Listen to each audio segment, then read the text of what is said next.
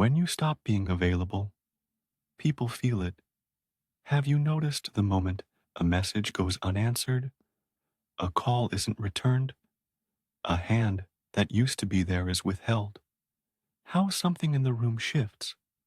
It isn't always dramatic. Sometimes it's a small silence that suddenly feels loud. Sometimes it's a frantic text an hour later, or a calm, puzzled voice asking, "Is everything okay?" Whatever the response, you don't get what you used to get: the automatic rescue, the predictable consolation, the steady supply of other people's emotional demands. That absence registers. People feel it because availability is not just convenience, it's currency. You have probably learned, early and often, that being available is valuable. Being the person who answers at midnight, who says, "of course," without negotiating, who absorbs distress and smooths friction. These roles bring approval, a sense of usefulness, even identity. But they also ask you to thin yourself out, to give away your psychic energy in increments until your own internal reserve feels shallow. So before we go deeper, if this is speaking to you and you want more on boundaries and emotional sovereignty, hit subscribe. I make practical, psychologically grounded material like this regularly. What does over-availability look like in everyday life? It's the friend who only calls during emergencies and expects you to pick up because you're always there. It's the partner who texts 3 times in a row and expects instant replies, as if your clock should match theirs. It's the colleague who dumps emotional labor on you because you've historically accepted it.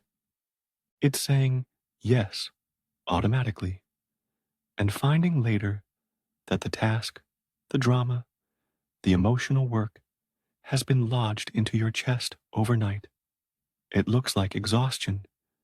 You're depleted after social interactions, keyed into others' crises, and you cannot muster the energy to tend to your own priorities.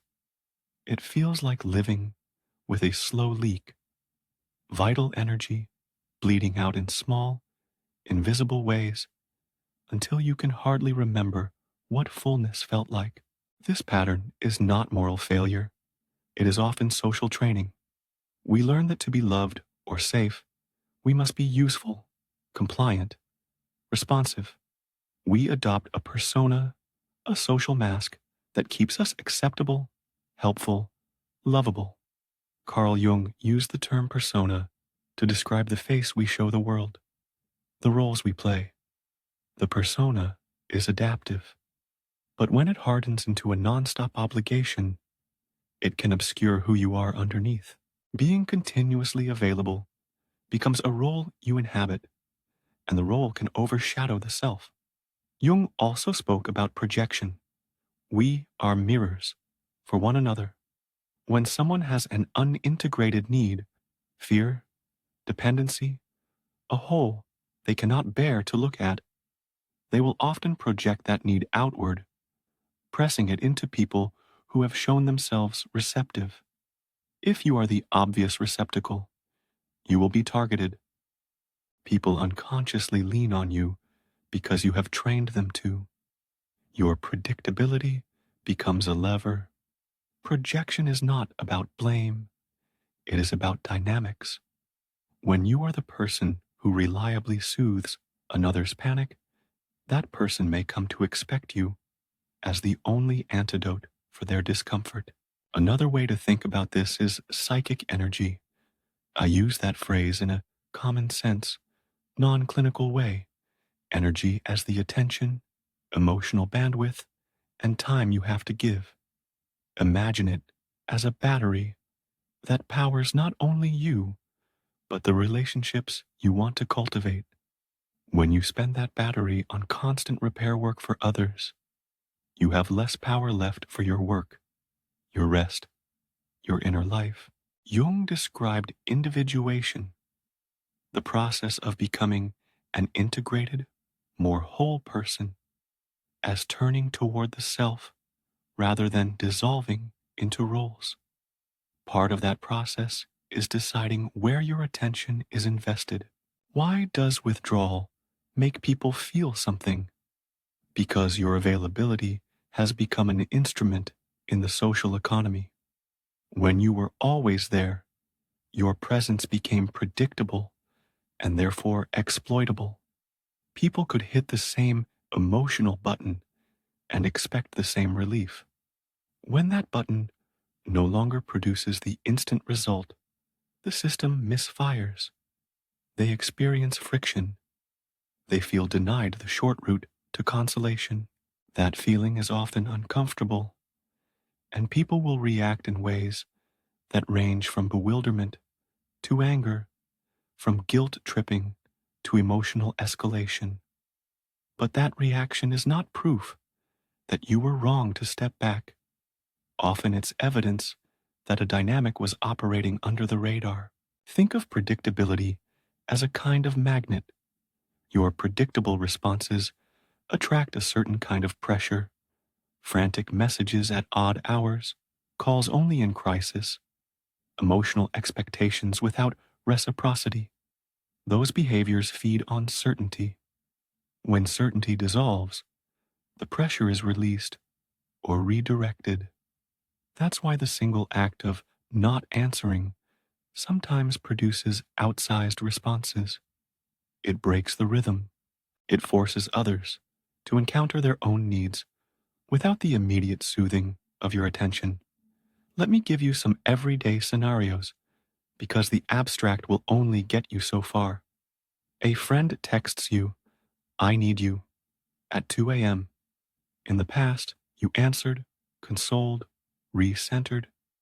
You did this repeatedly until it was habit. Over time, you feel dragged. You wake tired, your mornings fogged by late-night emotional work. You decide to change one variable. You don't respond immediately. At first, the friend sends another message, then calls, then accuses you of being cold. Another acquaintance emails a crisis and expects you to drop everything.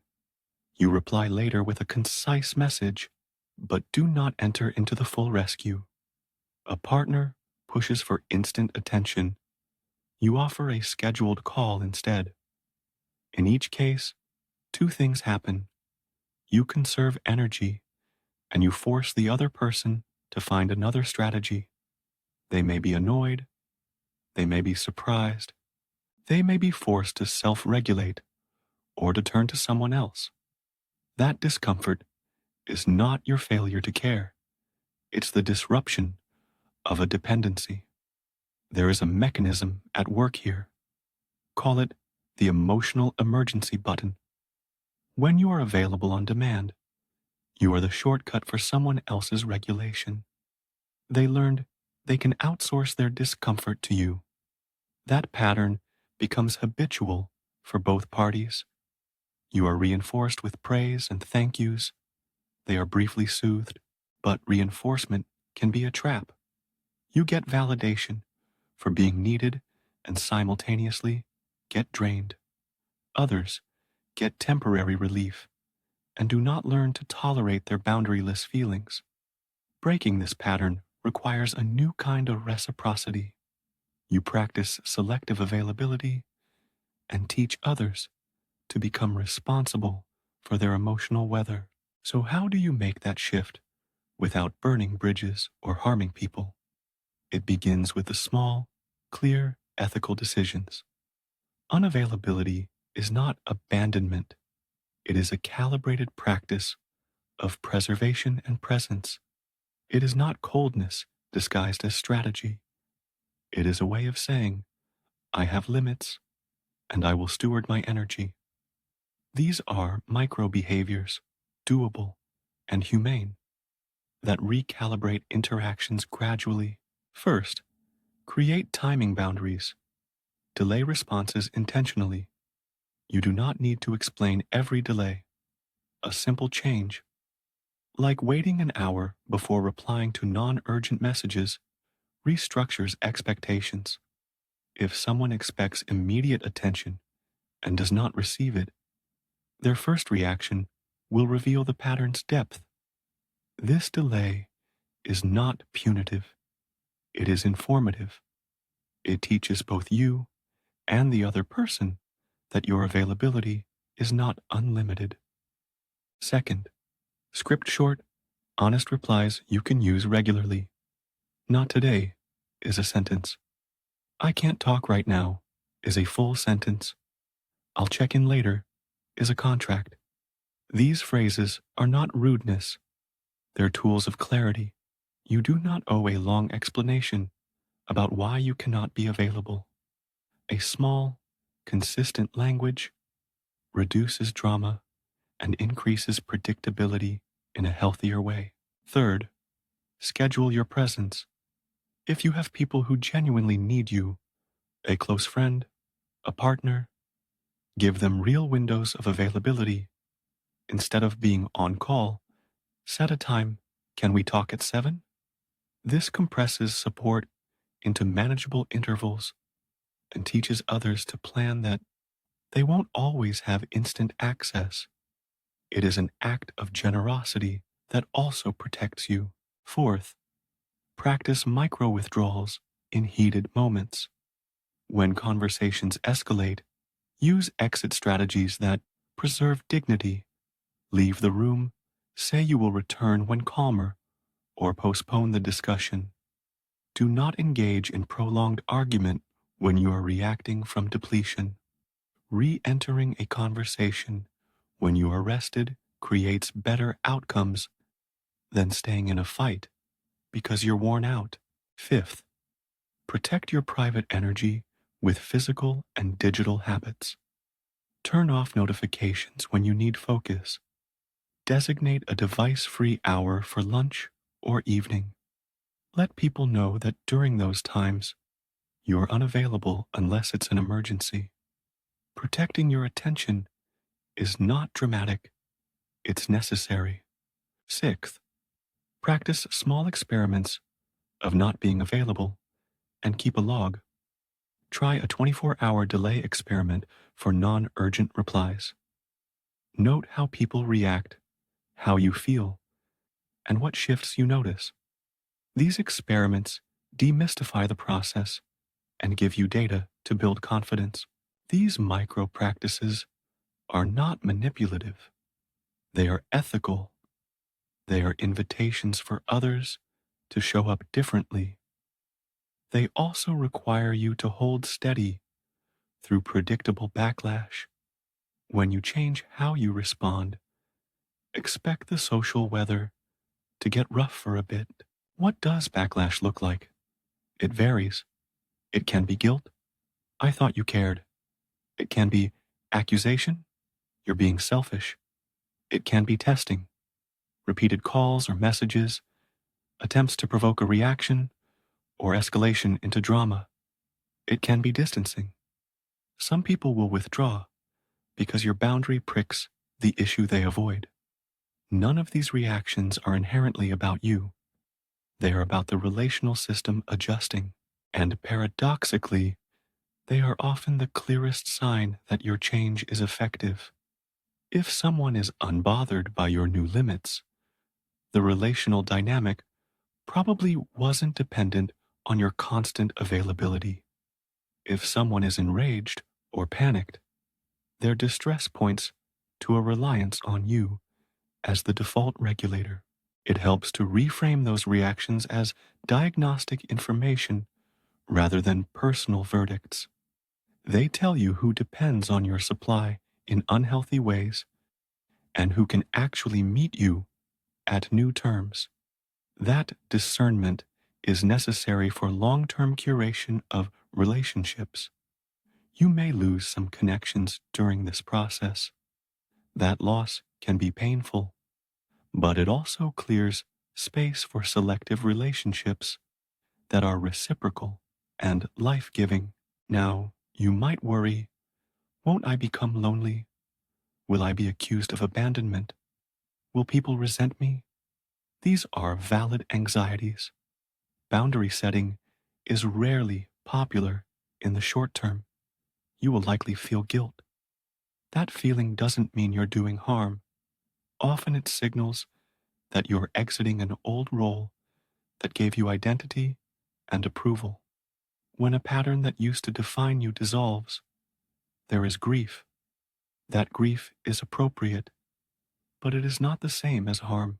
Over time, as your energy reconstitutes, you will have more presence to give to relationships you choose rather than relationships that choose you by default. This is where Jung's idea of individuation becomes useful. Individuation is the work of becoming closer to your inner center, of integrating disparate parts of yourself so that you respond from wholeness rather than habit. It's not a solitary virtue for its own sake. It's the ground from which ethical relationships emerge.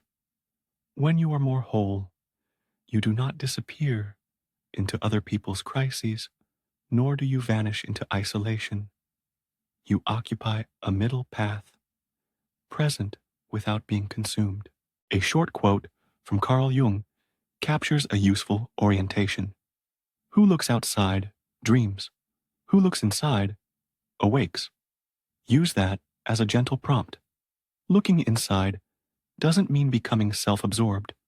It means learning where your boundaries are, what refills you, and what drains you. It requires courage, because inside there are unmet needs, parts of yourself marked as unlovable that you covered with helpfulness. As you practice selective unavailability, you're giving yourself permission to meet those parts. You will also encounter the ethical limits of this practice. Unavailability is not a weapon. It is not a way to retaliate or to control. If someone is in genuine danger, you respond according to the reality of the situation. If you are worried about someone's safety, unavailability should never be used as a substitute for necessary care.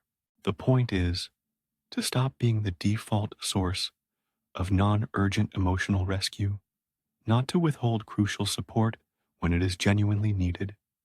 Keep that distinction clear in your mind and your practice. Let's translate these ideas into a compact toolkit you can start using immediately. These steps are small and do not require heroic transformation. They require consistency. Begin each morning with a 2-minute check-in. Ask, what is mine to carry today? Identify one thing you will refuse to carry, a habit, a recurring drama, an invitation you know will leave you depleted. Naming it gives you clarity. Adopt a phrase you can use calmly and repeatedly. I can't take that on today, or I need to step back. Repetition is your ally. It reduces the need for lengthy explanations and keeps the interaction focused. Create a 3-tier response system. Tier 1, emergencies. Handle them appropriately. Tier 2, important but not urgent. Schedule a time for them. Tier 3, non-urgent, habitual demands. Delay or delegate. This system stops you from entering every vortex. Use timers for presence. Offer 20 minutes of focused listening, then return to your work. Offer a 30-minute check-in at a set time each week for high-needs relationships. This models sustainable care. Practice breathing before you reply. Literally take one deep breath before typing an answer that has emotional charge. It interrupts reactive patterns and allows a measured choice. Limit social energy leaks. If a person consistently interrupts your day for emotional labor, redirect them to resources. Have you tried journaling this? I can talk about this during our scheduled time. Offer alternatives that encourage self-regulation. Keep a boundary journal. Each time you uphold a limit, jot down what happened, how you felt, and what you learned. Over weeks, This traces your progress in a way your feelings alone cannot. Try a 1-week experiment. For 7 days, refuse to be available outside scheduled windows, except for real emergencies.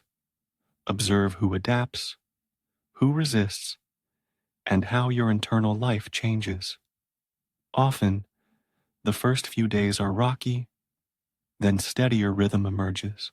When others push back, keep your language simple and non-provocative. I hear you. I can't give this the time it needs right now. Let's plan to talk at Wednesday at 7. If accusations arrive, don't match escalation. State your boundary and repeat it if necessary. No long justifications. Boundaries are most potent when held with calmness and clarity. Expect and accept discomfort. Setting limits often brings up old stories of not being enough. Name them.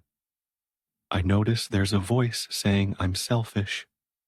I'm choosing to act in ways that preserve my capacity. Naming guilt as a visitor reduces its power. You may also find allies. When you change your behavior, some people will respect it, some will find it hard, and some will leave. Others will step forward in surprising ways. You might discover friends who mirror your new rhythm, colleagues who handle work without constant rescue, or partners who appreciate your steadier presence when you show up whole. There is one more important dynamic to understand: projection and shadow work. Projection occurs when others ascribe to you feelings or needs they're unwilling to own. Shadow work, in Jungian terms, is about recognizing and integrating the parts of yourself you've disowned. When you stop being available, you do two things at once. You stop feeding projections, and you have the space to tend to your own shadow. Perhaps you have used availability to avoid uncomfortable parts of yourself: anger, boredom, grief. Those parts surface when you no longer quiet them with external busyness. That surfacing can feel destabilizing, but it's a necessary step toward integration. It is okay to seek support for that inner process. Therapy, peer groups, structured reflection. These are not signs of failure. They're tools for growing. There are two common errors people make when trying to become selectively unavailable. The first is half boundaries. You say no, then cave when pressure increases. Inconsistent limits teach others to test you more. The second error is overcorrection. You swing to rigid silence and become unapproachable, using unavailability as punishment. Both errors are human. The remedy is steady practice and small recalibrations. The goal is sustainable presence, not martyrdom or weaponized coldness. Think of your energy like a garden. Constantly giving it away without replenishment is like harvesting every day. Without watering, you will eventually have nothing to harvest. Selective availability is planting, watering, and harvesting in seasons. It is tending soil so that what you give is nourishing, because it comes from abundance rather than scarcity. There will be social consequences. People you depended on for approval may grumble. Some relationships will atrophy. That is sometimes necessary. When unavailability is sustained, what emerges is not a brittle self-protection, but a clearer self.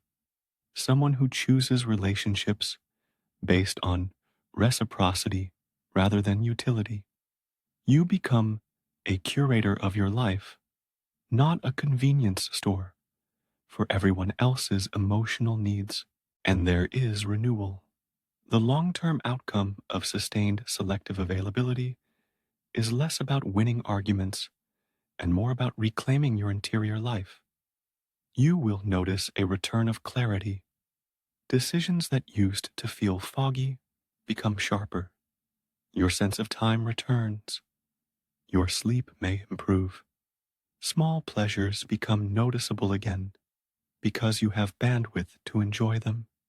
Your relationships that survive or develop will be more genuine because they are not fueled by dependency. People who meet you on these new terms often bring reciprocal energy.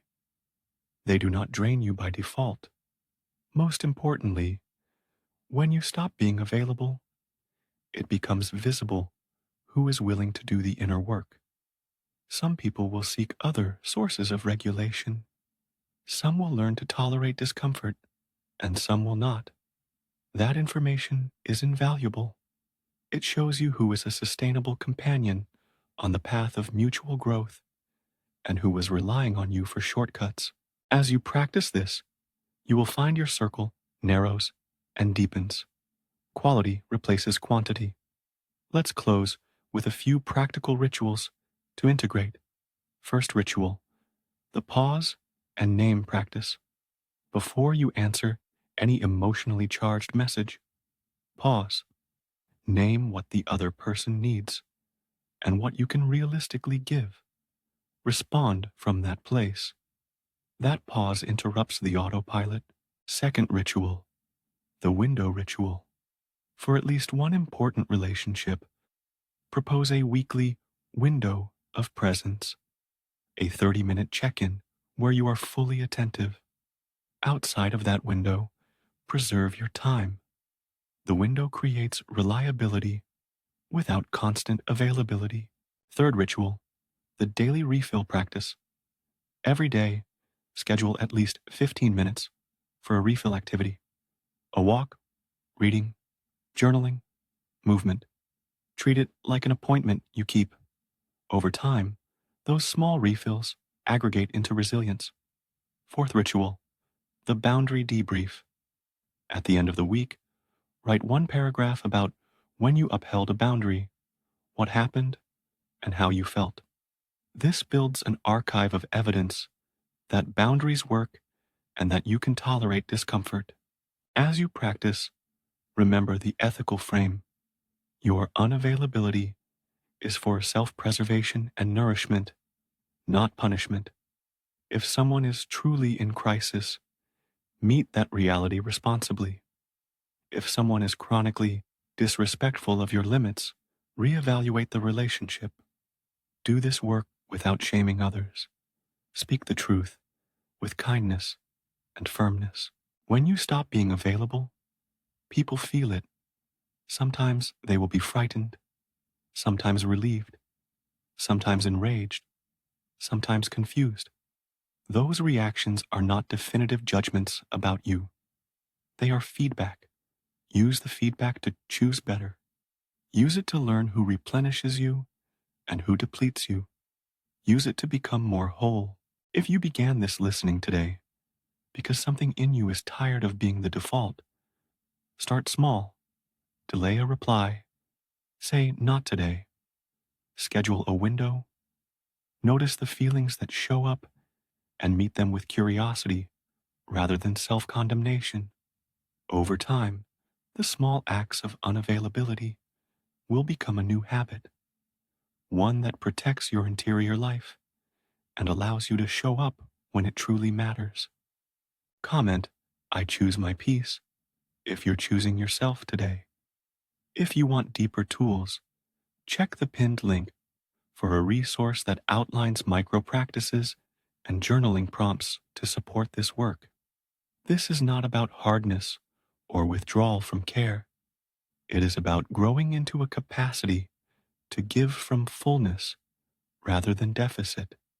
Remember, when you stop being available, people feel it, and that feeling can be the beginning of a healthier, truer set of relationships for both you and them.